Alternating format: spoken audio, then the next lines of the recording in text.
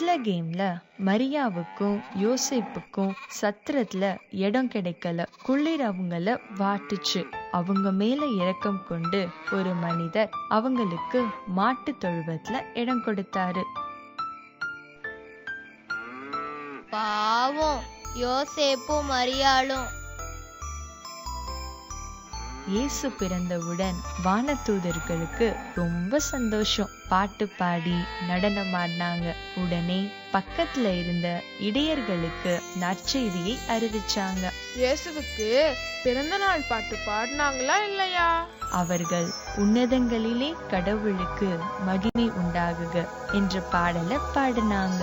வானத்துல ஒரு நட்சத்திரம் தோன்றி 3 அரசர்களை இயேசு பிறந்த மாட்டு தொழுவத்திற்கு வழிகாட்டுச்சு.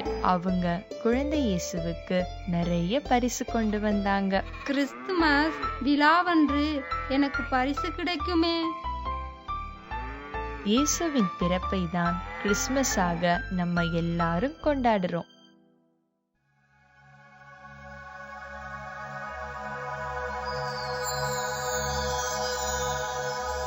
உன்னதங்களிலே கடவுளுக்கு மகிமை உண்டாகுக. பூவுலகிலே நல் மனத்தோருக்கு அமைதியும் உண்டாகுக.